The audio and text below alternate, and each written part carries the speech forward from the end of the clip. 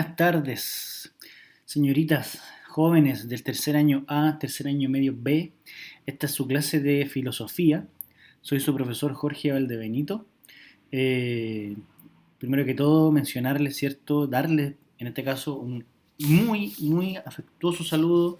Espero que este tema de la pandemia, el tema del virus, ¿cierto? Nos haga salir, esclarecer, ¿cierto?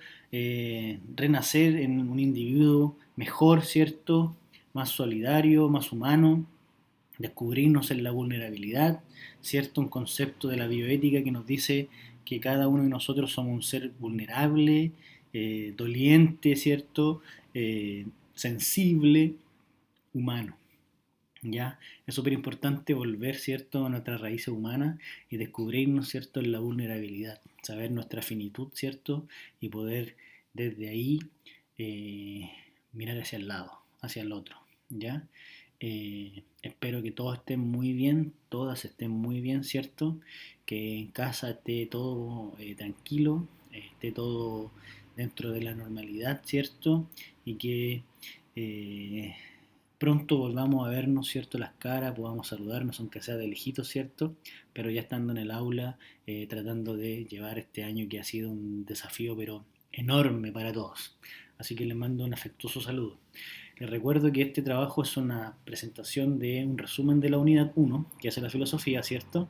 Es un breve resumen, un extracto, todo lo otro o lo que más se podemos ver va a ir en una hoja de resumen, ¿cierto? Un trabajo escrito para las personas que no tengan la posibilidad de escuchar esto y verlo.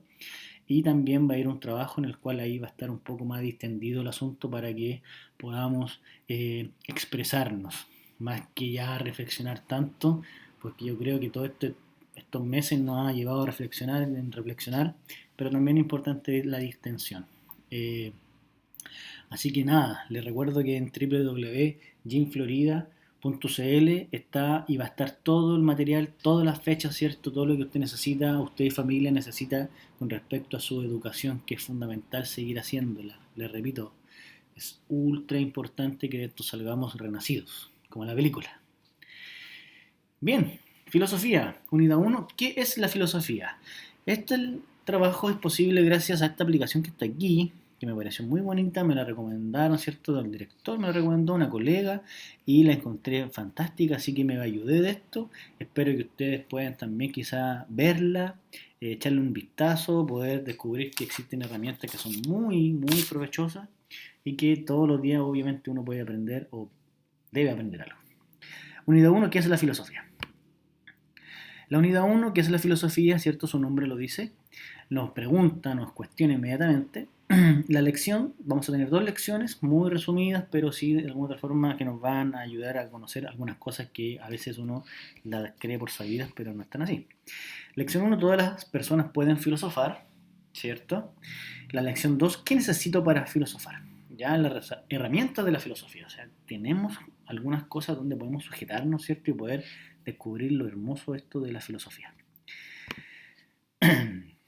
Objetivo número uno o lección número uno, todas las personas pueden filosofar. El objetivo es describir las características del quehacer filosófico, considerando el problema de su origen y sentido e identificando algunas de sus grandes preguntas y temas. La idea es que podamos descubrir, ¿cierto?, cuáles son las características del quehacer filosófico, qué nos hace, qué nos posibilita, ¿cierto? ¿Qué nos posibilita el quehacer filosófico? Y también el tema de identificar algunas de sus preguntas y temas más importantes o que han marcado pauta a nivel histórico. ¿Ya? La filosofía, definiciones y acercamientos. O sea, siempre es importante descubrir y saber qué es la filosofía, qué nos dicen algunos autores, ¿cierto? Yo podría también decirle algunas cosas, pero yo creo que repetiría un poco más de las cosas que dicen los autores. Entonces es importante que nos acerquemos a las fuentes, a las personas que año tras año, ¿cierto?, se dedicaron a esta hermosa ciencia. Partamos por el lado izquierdo, ¿cierto? En donde está Ortega Gasset, ¿cierto? Es un personaje español, ¿ya? Del 1940, ¿cierto? Y que nos propone esto. Y esto es la filosofía. Antes que un sistema de doctrinas cristalizadas, una disciplina de liberación íntima que enseña a sacar triunfante el pensar propio y vivo de todas las ligaduras dogmáticas. José Ortega y Gasset, Ideas y Creencias de 1940. Mira qué linda reflexión, ¿cierto? De José Ortega y Gasset que nos proporciona, ¿cierto? Que la filosofía no es algo quieto, que la filosofía no es un glaciar milenario, ¿cierto?, de la Patagonia en nuestro país, sino que es un ir y venir. Es una disciplina de liberación íntima que enseña a sacar triunfante el pensar propio. O sea, nos invita, ¿cierto?, a un irse. ¿Por qué puse estos pajaritos de metal? Porque la definición nos indica eso. La filosofía nos permite liberarnos, irnos de acá y estar lejos, pero con los pies puestos en la tierra, que es algo que solamente la filosofía lo permite. ¿Ya? Pasamos a otra. Aquí está la figura de Matthew Lipman, ¿cierto? Un filósofo, un pensador estadounidense, el cual permitió en los tiempos del 1970 en adelante, ¿cierto? Hasta los 1990 y algo, nos permitió, ¿cierto?, conocer el hermoso mundo de la filosofía para niños. Hoy en día la filosofía para niños es una realidad y es algo que nosotros también podríamos llegar a saber si investigamos a Matthew Lipman, que tiene algunos cuentos muy lindos en donde proporciona las herramientas y las formas necesarias para que los niños puedan adentrarse a la filosofía, ¿ya? Por eso dice definiciones y acercamientos. Nuestro acercamiento quizás es un poco tardío, tercer año y medio, ¿cierto? Complejo, ya tenemos muy arraigada nuestra subjetividad y nuestra abstracción, ¿cierto?, con respecto a algunos temas, pero nunca es tarde. Leamos a Matthew Lipman. De hecho, la filosofía implica precisamente este esfuerzo permanente por mantener un mano a mano con preguntas que no permiten una solución sencilla y que exigen un replanteamiento y una reformulación continuos. La filosofía se preocupa por clarificar significados, descubrir supuestos y presuposiciones, analizar conceptos, considerar la validez de procesos de razonamiento e investigar las implicancias de las ideas y las consecuencias que tienen para la vida humana, el sostener unas ideas en lugar de otras. Se me viene inmediatamente a la mente, ¿cierto?, una película muy famosa que es de Leonardo DiCaprio que se llama El Origen. En esa película, ¿cierto?, el tipo se dedica a implantar ideas para que la gente cuando despierte tenga una idea, ¿cierto?, implantada, y esa idea implantada es la realidad con la cual la persona se tiene que desenvolver. La filosofía trata, ¿cierto?, y aquí nos dice que nosotros, ¿cierto?, eh, a veces sostenemos ideas, ¿cierto?, que a veces pueden ser muy confusas para nuestra mente y que a veces nos cerramos en eso, ¿cierto? Y no clarificamos el camino. Aquí nos dice que sostenemos unas ideas en lugar de otras y a veces uno puede ahí generar un tema de conflicto, ¿cierto?, con respecto a uno mismo, con respecto a la veracidad o la realidad que nos rodea. La filosofía se preocupa por clarificar ese tipo de cosas. O sea, la idea es que nosotros podemos considerar la validez de procesos, de razonamientos, investigar radicalmente algunos temas. ¿Qué significa radicalmente? Significa que nosotros vayamos al origen del problema, al origen de esa idea, al origen de ese tema y podamos generar una investigación radical, estructurada, sistemática, ¿cierto? La cual quizá en un momento de nuestra vida nos permita salir de la idea preconcebida que teníamos, esa idea implantada que teníamos, y nos permite liberarnos y salir hacia otras ideas. La filosofía nos invita a eso, nos invita a irnos lejos, muy lejos, a ese mundo universal, pero con los pies puestos en la tierra, pero definitivamente, un cable a tierra.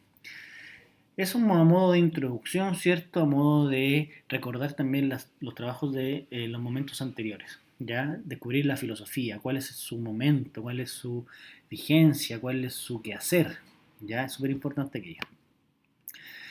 Sigamos con la lección número 1, en donde la lección número 1 nos invita a preguntarnos si todas las personas pueden filosofar. Y aquí también la idea, o quise agregar algunas concepciones de algunos filósofos, ¿cierto? Y también algunas definiciones para que desde la lectura que yo les pueda ir haciendo y la reflexión que yo acompañe esa lectura, usted puede ir clarificando, ¿cierto?, las lecciones y los temas que deberíamos haber visto en el aula, pero los vemos aquí de una manera un poquito más resumida, de una manera un poquito más lúdica, ¿cierto? Con mi voz, esa voz tenue que tengo, ¿cierto? Mis bromas pueden ser muy aburridas, pero hay que hacerlas, porque estoy entablando un diálogo a distancia, ¿cierto? Afable, y esta es la idea también de la filosofía. Vamos al punto. Cualquier persona puede adoptar una actitud filosófica, pero filosofar, estoy acá, pero para filosofar debemos tener conciencia de nuestra ignorancia, ¿cierto? Sobre ciertos temas. La actitud filosófica se vincula con la duda y el asombro ante temas o problemas cuya solución implica el uso de la racionalidad, junto con la capacidad de asombrarse en los fundamentos de la filosofía, está la necesidad de asumir nuestra ignorancia. O sea, eso es fundamental en la filosofía. Es algo que se parte desde la humildad del que yo a veces no puedo comprender todo y necesito, ¿cierto?, adentrarme en la investigación, quizá en libros, en una investigación bibliográfica, como también en una investigación hacia mi propio yo interno, ¿cierto? En el cual me pregunto qué me está pasando, qué me sucede, por qué no avanzo, por qué me detengo aquí, por qué me cuestiono tanto, por qué me daño tanto a veces, ¿cierto? La actitud filosófica se vincula con la duda y el asombro, o sea, nosotros tenemos que ser capaces de asombrarnos ante todo, quedarnos perplejos con la realidad en la que vivimos. A veces uno vive y no se detiene ni siquiera a suspirar. Es importante que podamos, ¿cierto?, hacerlo. La filosofía se caracteriza por ser un amor a la sabiduría, una aspiración al saber radical. Adela Cortina, filósofa chilena, mujer viva aún, profesora de la Universidad de Playa Ancha, destacada filósofa, ¿cierto? La cual es obviamente Premio Nacional de Arte y Letras. Para la inteligencia, alerta del saber humano, aún las cosas obvias y simples son más complejas de lo que parece. Jorge Millas, profesor también catedrático de la Universidad de Chile. Para la inteligencia, que es la alerta del ser humano. A veces uno cree que la inteligencia se radica solamente en algunas ciencias formales y la filosofía te invita y te hace pensar, ¿cierto? Y te dice, ¿sabes qué? Desde las cosas más simples de la vida uno puede sacar las más provechosas reflexiones. Es súper importante poder descubrir esa posibilidad, ¿cierto?, de reflexión desde lo más simple, ¿cierto?, de las cosas que son obvias o que parecen serlo y que finalmente a veces no lo son tanto y nos permiten adentrarnos en un mundo más complejo, más por así decirlo, eh, más lindo, más atrapador. A veces lo obvio un poco aburrido, ¿cierto? Existen diversas formas de abordar el quehacer filosófico, según la perspectiva que se adopte. Filosofar permite formular preguntas radicales que buscan respuestas mediante el uso de la razón, cuestionando cualquier supuesto y clarificando todos los conceptos implicados. Aquí, obviamente, es súper importante de recordar o saber, aprender, ¿cierto?, lo que dijo Immanuel Kant en el 1700, ¿cierto?, referido al tema de la razón. Decía Immanuel Kant que sería un insulto a la razón solamente quedarse con el destino final de la muerte. Sería un insulto, sería una falta de respeto a nuestra inteligencia, a nuestra razón, ¿cierto?, a nuestro uso de la razón, solamente quedarnos con eso y no trascender. ¿Qué nos está diciendo, cierto? Que nosotros, ¿cierto?, mediante el uso de la razón y supuestamente clarificando, cuestionando, ¿cierto?, todos los supuestos, podemos generar una posición, ¿cierto?, abordar una posición filosófica. Y eso nos permite no solamente quedarnos con un destino y que ese destino venga y nos atrape y nos consuma, sino que podamos darle un giro, ¿ya? Las múltiples perspectivas ante los temas, junto con la diversidad de respuestas posibles para las preguntas filosóficas, dan cuenta del carácter abierto e inconcluso del quehacer filosófico, en el que cada respuesta invita a proponernos nuevos cuestionamientos. Aquí claramente, ¿cierto?, se nos indica de que la filosofía no es un tema cerrado y un tema en el cual uno llega a un fin, ¿ya? De hecho, la filosofía es una una ciencia, ¿cierto?, que invita a la apertura, a la posibilidad de abrirse, ¿cierto?, al diálogo, a la conversación, al razonar, no solamente yo, sino que desde lo que me indica quizá otra persona, yo pueda tomar esas perspectivas, ¿cierto?, darle un uso y crear y proponer nuevos cuestionamientos, ¿cierto? Frente a todo lo que yo he hablado, todo lo que yo he leído, ¿cierto? Aquí claramente hay una respuesta eh, que he seguido construyendo a partir de lo que yo he ido leyendo, ¿cierto? Y que la pregunta inicial era, ¿todas las personas pueden filosofar? Claramente un sí, ¿cierto? Es un sí, pero no un sí a secas, sino que es un sí en donde se dice que cada uno de nosotros en nuestra uso o nuestro, mediante el uso de nuestra razón, ¿cierto? Filosofamos. O sea, tenemos esa capacidad desde cuando tenemos uso de razón, como se llama, ¿cierto? Poder plantearnos lo que se nos plazca. De hecho, cuando yo hablé de la filosofía para niños, eso indica de que hasta los niños, ¿cierto? O que no que hasta, sino que los niños también son unos seres que hacen filosofía, filosofan, ¿ya? En el sentido de la palabra en que ellos también preguntan. Los niños chicos, si usted no lo sabía, en el diario vivir hacen aproximadamente unas 300 preguntas día a día. Así que imagínese esa capacidad de filosofía que tienen los niños, podríamos escribir un libro completo. Entonces la respuesta más o menos va quedando clara, ¿cierto? Todas las personas pueden filosofar. Yo creo que si uno se pregunta este cuestionamiento, se lo realiza, va a encontrar una respuesta favorable, positiva, y la que es la idea. O sea, que nosotros no solamente creamos que otros pueden hacer las cosas, sino que todos podemos hacer esto. A veces uno tiene algunas inteligencias para ciertas cosas, ¿cierto? Pero el filosofar radica en todos. Lo tenemos impregnado en nuestro ser, ¿cierto? Aquí es algunas preguntas de filosofía, ¿cierto? O cómo decanta la lección número uno. La lección número uno decanta en estas preguntas que están aquí arriba, ¿cierto? ¿Ya? Y son como el desarrollo de esa lección. O sea, esta sería una clase, esta sería otra clase, esta sería otra clase y esta sería otra clase. ¿Ya?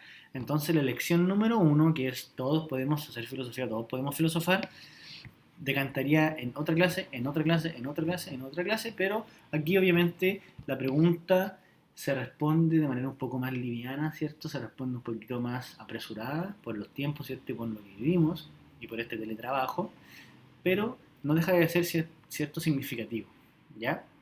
Vamos. ¿Qué se han preguntado los y las filósofas? ¿O filósofos? Se han preguntado de todo. Ejemplos, ¿qué es lo real? ¿Existe Dios? ¿Es posible encontrar la verdad? ¿Existe la libertad? Aquí me comí una ahí, pero perdóneme por favor ya. ¿Existe la libertad? ¿Somos buenos? ¿Somos malos por naturaleza? ¿Existe el universo en verdad? ¿Estamos dormidos o estamos despiertos? ¿Qué nos hace sentir de que vivimos en una realidad? ¿Ya? Todo ese tipo de preguntas son cuestionamientos a partir, ¿cierto?, de nuestra necesidad o de la conciencia del humano, ¿cierto?, de verse frente a fenómenos, frente a situaciones que nos indican cierta radicalidad. Los fenómenos, ¿cierto?, que se nos presentan ante nuestra visión, a veces nos hacen plantearnos. Al humano se les planteó eso, ¿ya? Entonces los filósofos y las filósofas siempre se han preguntado por la realidad en sí, por el entorno, por todo lo que se nos presenta ante los ojos. ¿Cuántas respuestas posibles hay y qué caracteriza a una respuesta filosófica? Aquí, ¿cierto? Cuántas respuestas posibles hay depende de la perspectiva, ¿cierto? Depende de lo que quizá podamos nosotros estarnos preguntando. La perspectiva, ¿cierto? Es completamente azarosa. O sea, cada uno de nosotros tiene una perspectiva diferente. Entonces, si cada uno de nosotros hay una respuesta o tiene una respuesta diferente, es porque todos tenemos o porque existe respuestas posibles, ¿cierto? Una infinidad. Pero ¿qué caracteriza una respuesta filosófica? ¿Qué la caracteriza? La caracteriza mostrar conexiones, ¿ya? ¿Cierto? Clarificar conceptos, clasificar, ordenarlos, ¿cierto? Para despejar ciertas cosas, ciertas dudas, para despejar quizás, no irse por las ramas, como se llama así ligeramente, sino que ir centrado por el camino de lo que queremos dar a conocer. Descubrir supuestos, ¿cierto? Mostrar que no existen contradicciones en lo que estamos mencionando, ¿ya? Y pensar radicalmente, que es lo que decía anteriormente, ¿cierto? Pensar algo desde sus raíces y sus fundamentos. O sea, de cuando yo me planteo una pregunta, me planteo, ¿cierto? Quizás responder a algo, yo lo investigo desde su origen, desde su raíz, desde quién empezó esto. ¿Para qué? Para yo descubrir, ¿cierto? De que en ese tiempo la persona tenía un entorno, tenía una época, tenía una vida, tenía una realidad, y la cual quizás le hizo pensar eso de una forma en especial. Y quizás después nosotros, en el tiempo o en el siglo XX, tengamos también el mismo inconveniente, pero lo podemos analizar desde otro punto de vista. Y podemos quizás superar ese análisis, ¿ya?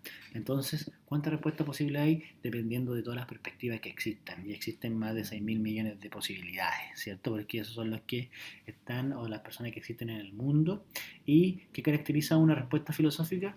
Una respuesta filosófica frente a una pregunta la caracteriza en mostrar unas conexiones, ¿cierto? En clarificar conceptos, en descubrir supuestos y pensar de una forma radical.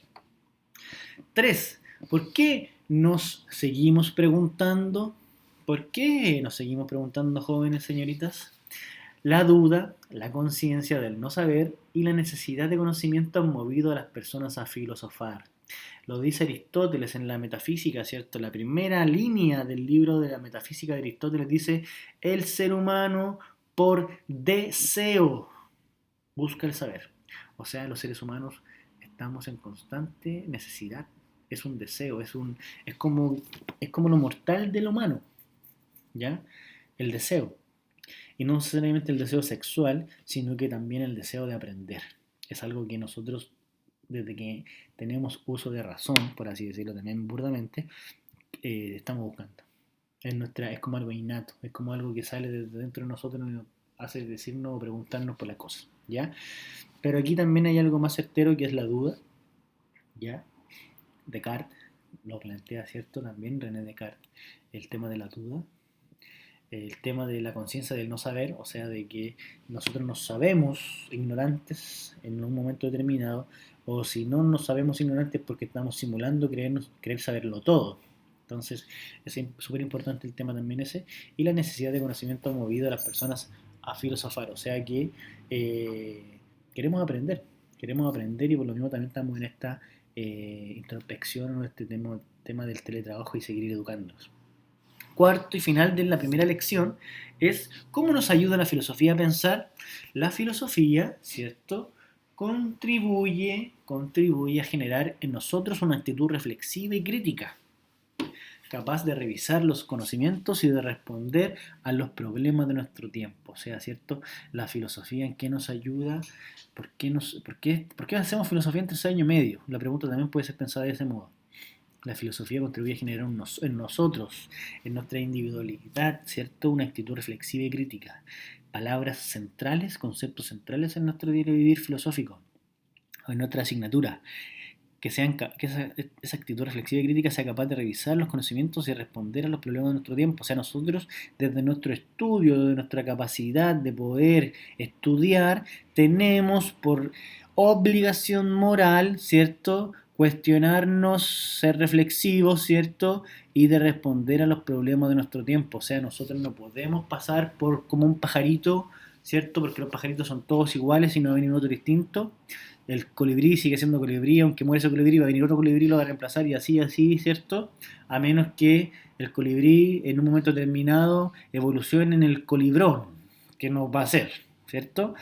Nosotros no podemos pasar el mundo sin resolver las cosas que nos pasan a nuestro alrededor, sin cuestionarnos, sin criticarlo.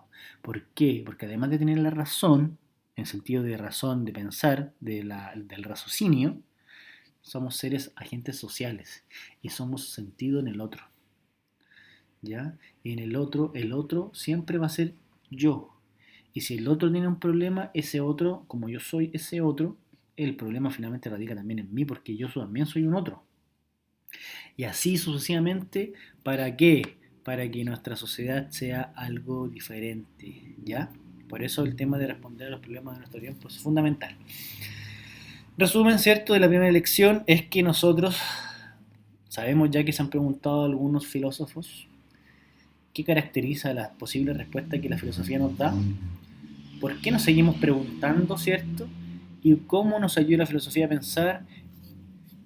Respuesta final, la filosofía es posible en todos, el filosofar es posible en todos. Usted responde, ¿cierto? Sigamos, fantástico. 2, lección 2. Lección 2, ¿cierto? ¿Qué necesito para filosofar? Además de nuestra razón, nuestra oralidad, debe haber algo más, ¿cierto? Entonces existen las herramientas de la filosofía. Punto álgido. Ojo acá. Vamos a hacerlo rápido, pero es súper importante que en este momento la concentración sea prioridad. Aplicar principios y herramientas elementales de argumentación en el diálogo, la escritura y diferentes contextos, considerando la consistencia y rigurosidad lógica, la identificación de razonamientos válidos e inválidos y métodos de razonamiento filosófico.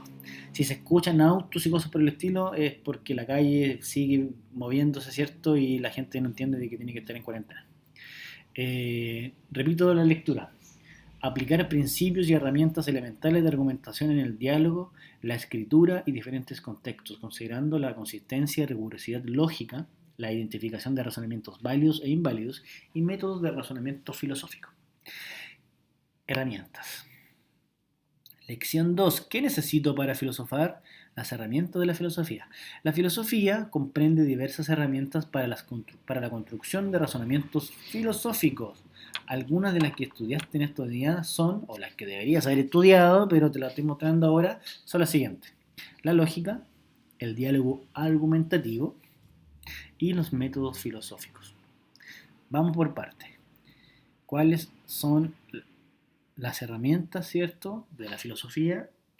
¿Qué herramientas nos permite o que nos entrega la filosofía o existen o se crearon para la filosofía para que pueda existir y pueda tener quizá un punto de diferencia con otras ciencias?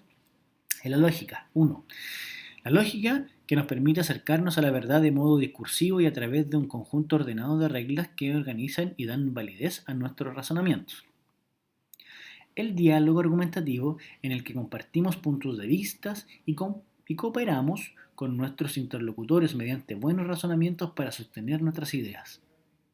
Y finalmente tenemos los métodos filosóficos, modos de proceder ante un problema que nos llevan a buscar los fundamentos o el sentido de aquello que es objeto de nuestro interés y cuestionamiento.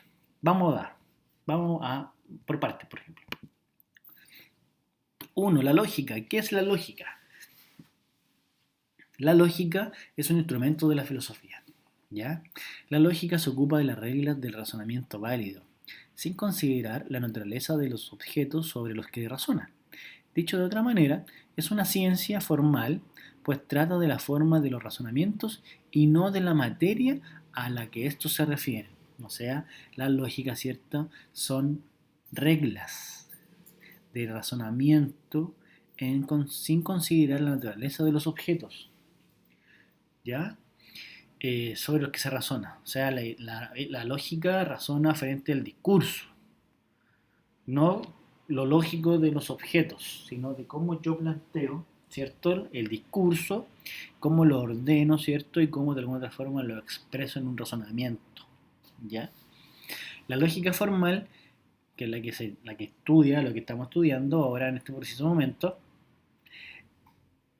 la que estudia la estructura de los argumentos prescindiendo de los contenidos concretos a los que se refieren. Esa es la lógica formal. Y la lógica informal, ¿cierto?, es la que estudia los modos correctos de argumentar atendiendo a los distintos contextos de diálogo y a las cuestiones tratadas en ellos. ¿Ya?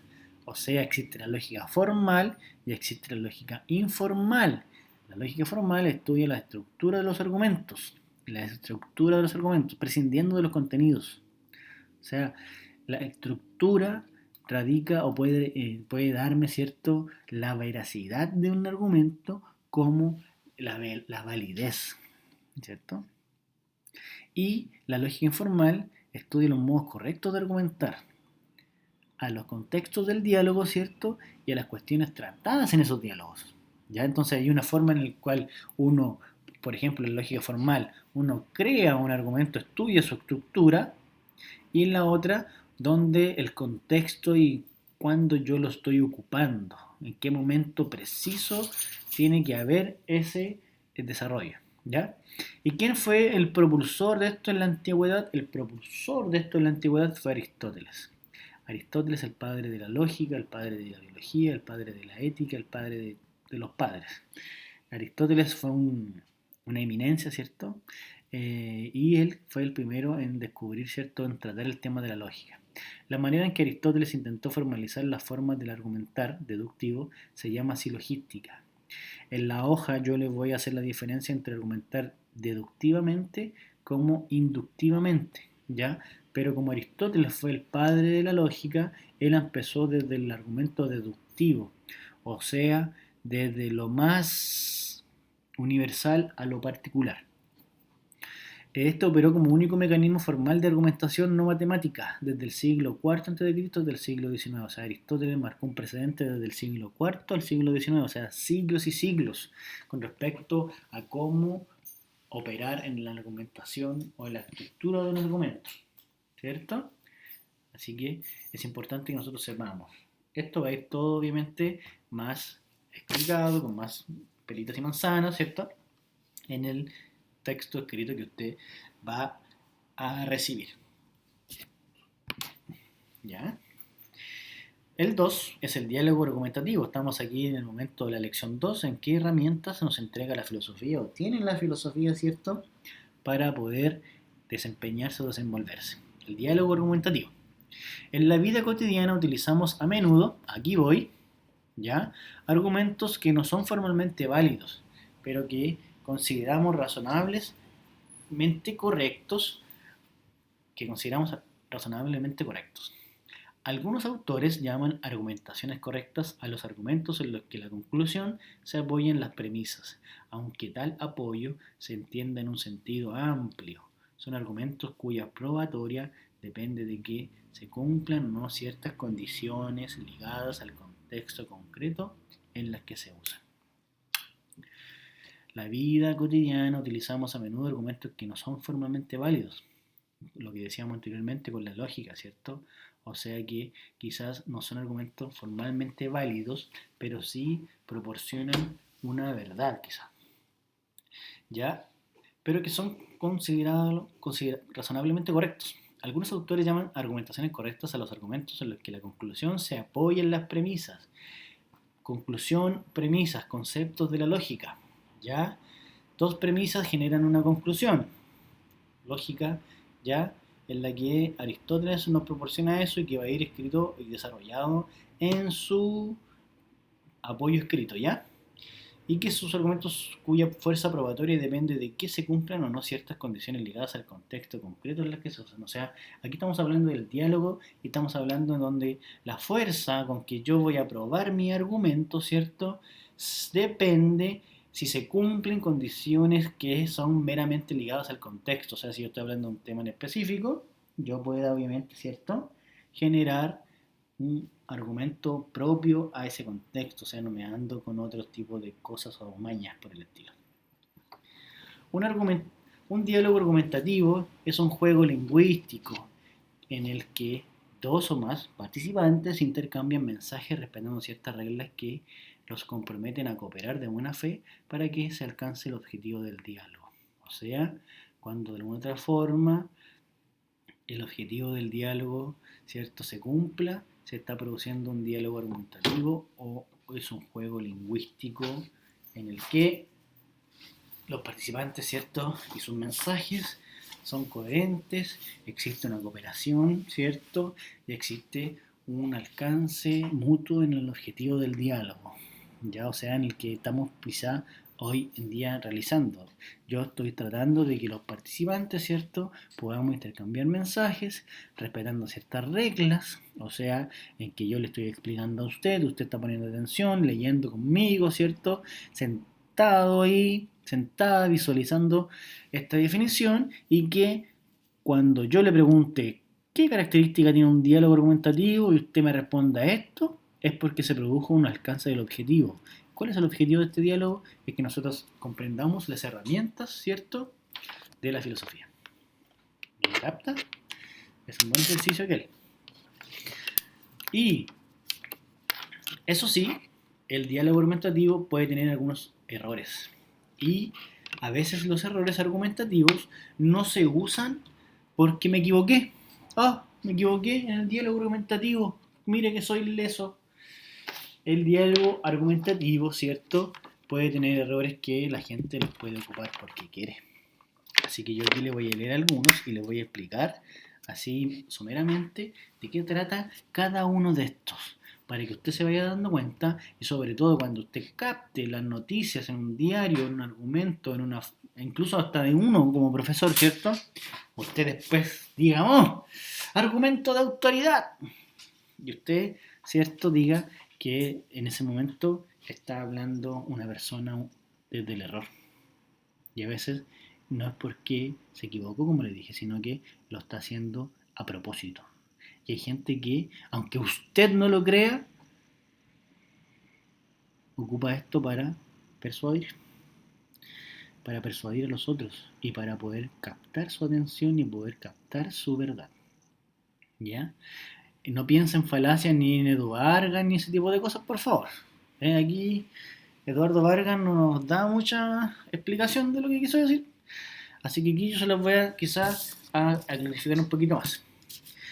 Los errores en la argumentación o las falacias. Que las falacias, falaz significa un error, una mentira quizás. ¿Ya? Falacia número 1, preguntas complejas. Hay preguntas que conllevan presuposiciones. Por ejemplo, si alguien pregunta, está dando por supuesta la verdad. ¿Has dejado ya de molestar a mi primo? ¿Tú has estado molestando a mi primo? Tanto si se contesta la 1 afirmativa como negativa, se está admitiendo la 2. ¿Has dejado ya de molestar a mi primo? ¿Tú has estado molestando a mi primo? En ocasiones puede ser adecuado hacer este tipo de preguntas, pero a menudo tales preguntas se hacen para tender una trampa y ofuscar al interlocutor, y así conseguir que admita afirmaciones que pueden ser empleadas en su contra. En este segundo caso, se trata de un uso falaz. ¿Por qué? Pregunta compleja. ¿Porque has dejado ya de molestar a mi primo? ¿Tú has estado molestando a mi primo? O sea, ambas, ¿cierto? Si se responde la 1 afirmativa como negativa, se está admitiendo inmediatamente la 2. Entonces puede llevar a la pelea, ¿cierto? A la trampa, a ofuscar al otro, a querer pillarlo, como se dice. 2. Argumento circular. Otra falacia del discurso. Falacia del discurso, argumento circular. Estos argumentos consisten en hacer una declaración y defenderla presentando razones que significan lo mismo que en la primera aserción. Por ejemplo, si alguien dice que la razón de que la porcelana se rompa fácilmente es que la porcelana es frágil, está utilizando una palabra frágil para designar el mismo fenómeno que quiere explicar. Pero nombrar un fenómeno no es dar razón de su causa. Los argumentos de esta clase son defectuosos porque no ayudan a conseguir el objetivo del diálogo, que es probar una tesis partiendo de premisas aceptadas por todos los interlocutores, puesto que con tales argumentos no se prueba nada. ¿Ya? Argumento ad ignorantium. Este tipo de argumentos es uno un poco más fácil, ¿ya? Se pretende que un enunciado es falso solamente porque nadie ha conseguido probar su verdad. O bien que un enunciado es verdadero porque nadie lo ha probado que es falso, ¿cierto? En algunas ocasiones un argumento de esta clase puede ser aceptable. Por ejemplo, cuando un juez concluye su sentencia diciendo de que, al no haberse encontrado prueba alguna que apoye la culpabilidad del acusado, el tribunal lo declara inocente, ¿cierto? Pero hay otros muchos situaciones en las que los argumentos de este tipo violan las reglas de argumentación, puesto que se pretende que el interlocutor que recibe el argumento sea el que aporte la correspondiente prueba, que lleve el peso de la prueba, cuando en realidad no corresponde esta obligación al que escucha, sino a quien emite el argumento. En general, cuando la conclusión se introduce con términos como necesariamente, definitivamente o similares, entonces es muy probable que el argumento sea falaz. Pero cuando en la conclusión se emplean términos protectores del término probablemente, quizás, etc., el argumento podría ser bueno o defectuoso, pero no falaz. Ejemplo de argumento ad ignorantium. La existencia de vida extraterrestre constituye una pregunta ante la cual se puede argumentar. ¿O no? Ah, ahí está, ¿eh? Sigamos con el argumento ex populo. Estos argumentos ad ignorantium, ex populo, ¿cierto? Son en latín. Ya, por eso aparecen así. Es preciso que usted, obviamente, sepa eso. ¿Ya? El ex populo. Este argumento consiste en defender un determinado punto de vista alegando que todo el mundo está de acuerdo con él, ¿ya? O sea, todos están conmigo, ¿ya? Todo el mundo admite como verdadero o correcto, ¿ya? Todo el mundo admite que es falso o incorrecto. Pueden ser de los dos, negativo o positivo, pero de que todos creen, o el que está argumentando creen que todos están de acuerdo con ese argumento, ¿cierto? El argumento post hoc ergon propter hoc, ¿cierto? Este argumento, ¿qué significa eso? Esto significa lo siguiente. Eh,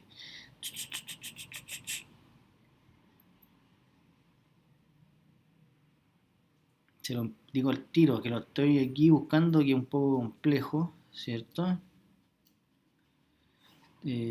Oh, pero se lo leo y ahí... Ah, perdón, aquí dice. Esta expresión latina, ¿cierto? Significa después de, luego a causa de. A estos argumentos, estoy en por favor, atención, ¿ya? A estos argumentos también se les llama de la falta de causa. En ellos se dice que A es la causa de B porque A procede temporalmente a B. Su esquema es, dos puntos. El evento B sucede a continuación del evento A. Luego A es causa de B. Pero observemos que la sucesión temporal entre dos fenómenos A y B es una condición necesaria, pero no suficiente, para poder establecer un nexo causal entre ellos. Este tipo de argumentación falaz está muy relacionado con el surgimiento de las supersticiones. Ejemplo, para que le quede mucho más claro, ¿ya? Un deportista ha tomado cierta bebida antes de la competencia y luego ha ganado. Puede pensar que dicha bebida funciona como una poción mágica.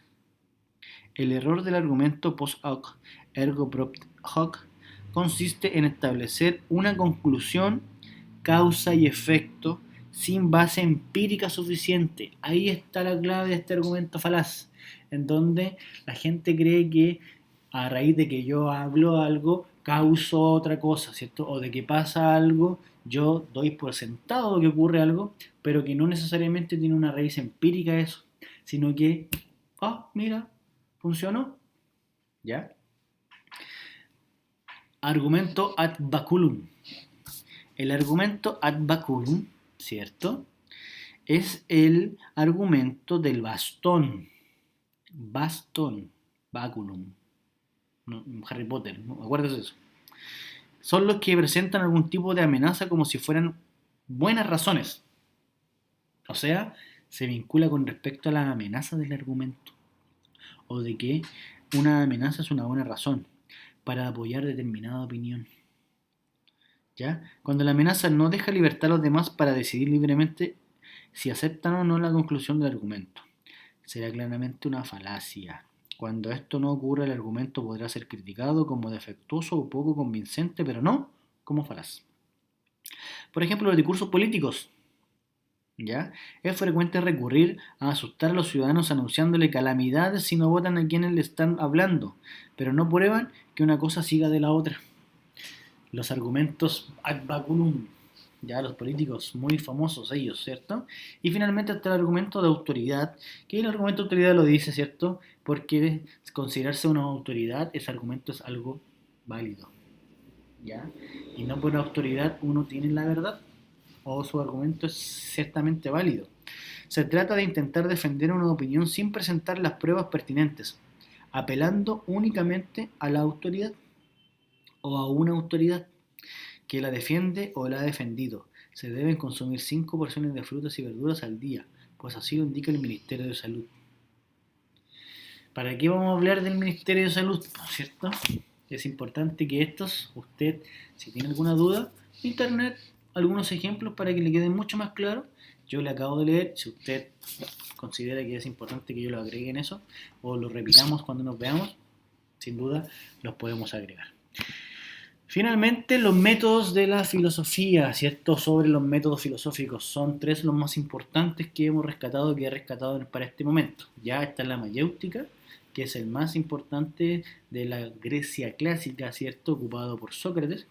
Está el método cartesiano, ¿cierto? Ocupado por René Descartes, ¿cierto?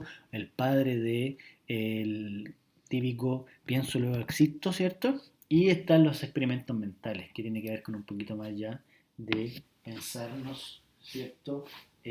Con respecto a que la filosofía solamente la hablamos o la escribimos, no necesariamente la experimentamos. Vamos con la mayéutica. Sócrates solía interrogar a sus interlocutores sobre asuntos que dominaban y les hacía reconocer a través de sus preguntas que en realidad no estaban tan seguros de lo que creían saber. Después volvía a formular nuevas preguntas y trataba de construir junto con ellos respuestas satisfactorias a las cuestiones que se habían dado al inicio del diálogo. Este método, que se proponía encontrar la verdad sobre cualquier asunto por medio del diálogo racional, se conoce como mayéutica, término que en griego significa dar a luz. O sea, Sócrates, ¿cierto?, preguntaba a sus discípulos o a las personas con las cuales conversaba, ¿cierto?, sobre algunos términos, algunas cosas, ¿cierto?, y los hacía entrar en duda. O los cuestionaba, los preguntaba, ¿cierto?, y los tipos o la gente en sí, ¿cierto?, no estaban tan seguros de lo que querían saber. Entonces, ¿para qué Sócrates les preguntaba? Para que después en el diálogo, ¿cierto?, argumentativo que se proponía o que se daba entre ellos dos, los dos o la persona que estaba en duda, sola pudiera ir saliendo a flote con respecto a lo que finalmente creía saber y que era algo de seguridad o algo que lo tenía ahí guardado y que no estaba tan seguro. Sócrates ayudaba con esto y eso se llama mayéutica. ¿Ya? ¿Y por qué hacía Sócrates esto? Porque se decía antiguamente de que la mamá de Sócrates era una partera y las parteras ayudaban a dar a luz. ¿Ya? El método cartesiano, que tiene que ver con la modernidad, ¿cierto?, es el proyecto filosófico de René Descartes, es fundacional, darle un fundamento al saber filosófico a través de la búsqueda de un conocimiento certero, es decir, necesario e indudable, en claridad y distinción mediante la razón. Los principios del conocimiento son las verdades de la razón, que juzgan de lo que es verdadero y lo conveniente, y nos infunden certeza sobre nuestros conocimientos. Descartes, ¿cierto?, en la modernidad propone, me estoy adelantando, pero propone, ¿cierto?, que ya es necesario establecer un edificio, una base fundamental, estructurada, sistemática, ¿cierto?, para la filosofía, porque si no la filosofía se iba a perder, según él, se iba a desaparecer, no iba a tener un sustento.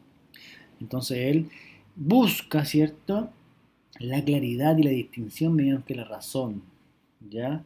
Busca que el conocimiento sea certero, que nadie dude de eso, que nadie venga a ni reclamar con respecto a la filosofía, sino que la filosofía tenga la verdad, ¿cierto? Que pueda de alguna otra forma entregarnos certezas sobre los conocimientos y que esta ciencia sea la que nos permita desenvolvernos de mejor manera.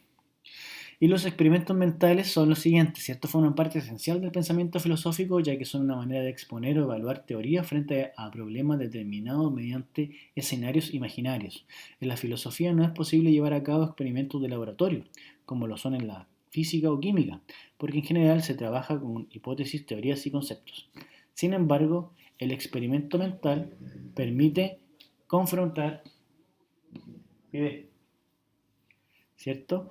El experimento, mi perrita, perdón, que justo pasó gente y quiere ladrar.